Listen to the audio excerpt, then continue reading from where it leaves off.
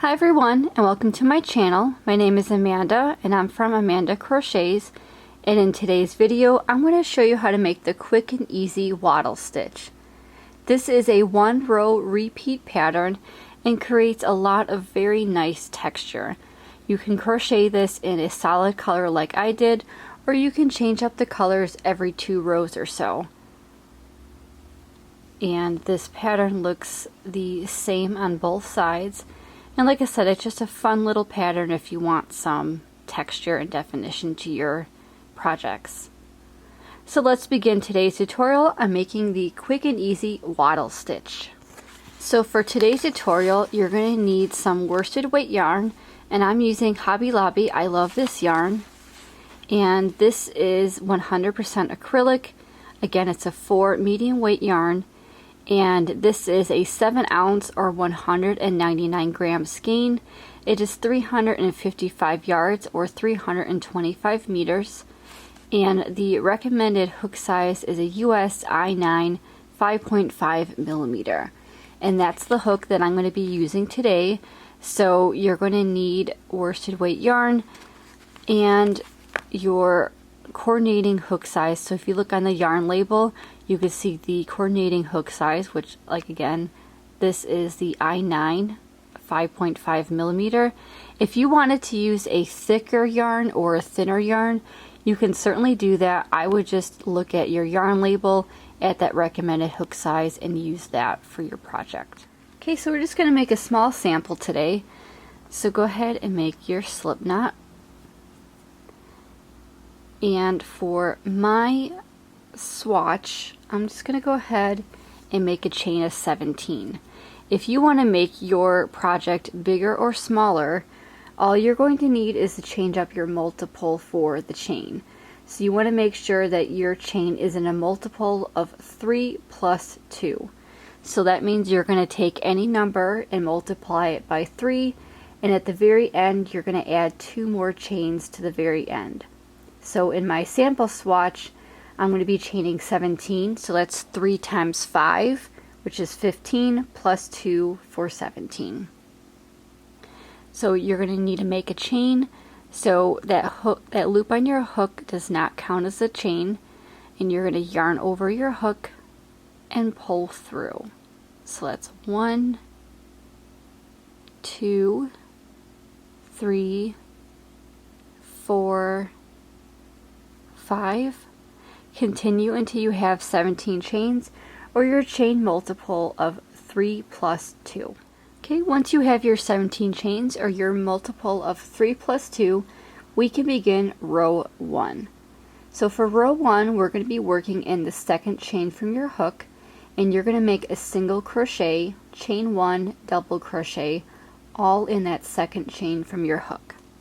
So that loop on your hook does not count.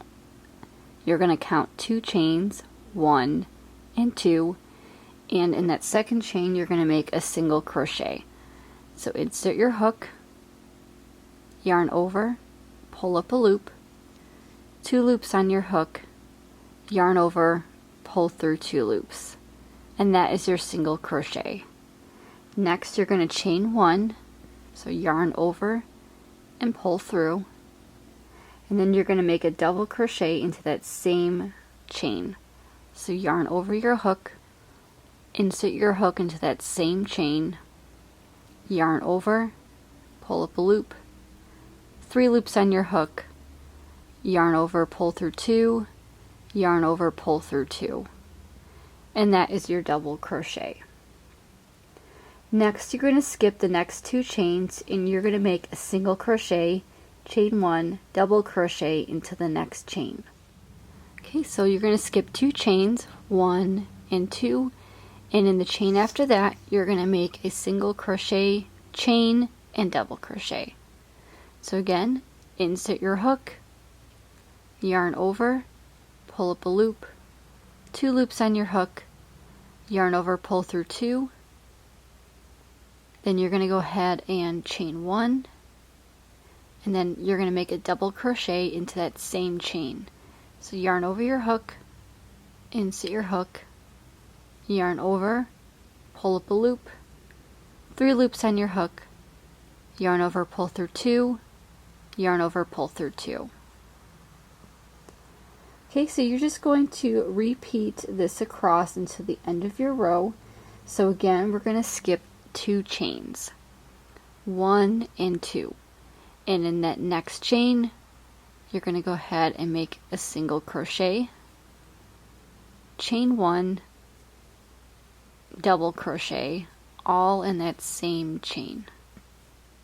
Skip the next 2 chains, 1 and 2, and in the chain after that make a single crochet, chain 1, double crochet, all into that same chain space. Skip 2 chains, 1 and 2, and in the chain after that make a single crochet, chain 1, double crochet. Okay, when you're coming up to the end of your row, you should have 3 chains remaining. You're going to skip 2 chains, and in that very last chain you're going to make a single crochet, chain 1, double crochet.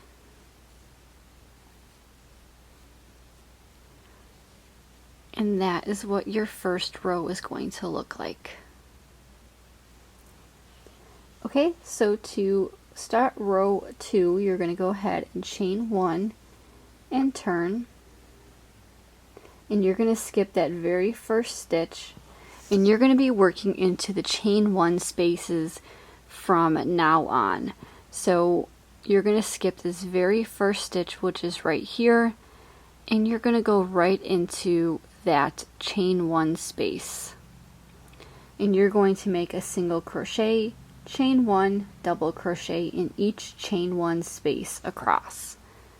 So you're going to go right into that chain 1 space, and you're going to make a single crochet, chain 1, and double crochet into that chain 1 space. Okay, you're going to skip over until the next chain 1 space, which is going to be right here, and you're going to do the same thing across. So single crochet, chain 1, double crochet, all into that chain 1 space. And you're just going to repeat this across. So again, you're going to look for that chain 1, and you're going to make a single crochet, chain 1, and double crochet all into that chain 1 space.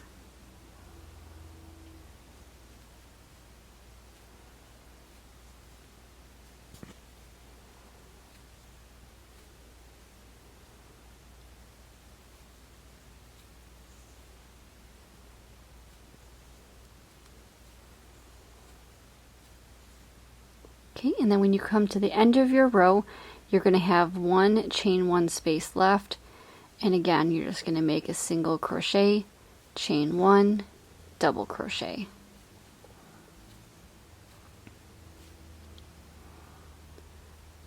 Okay, so your pattern is starting to form. So to continue with the wattle stitch, you're going to repeat row 2 over and over again for the pattern. So again, you're going to chain 1 and turn, and then working in those chain 1 spaces, you're going to make a single crochet, chain 1, and double crochet.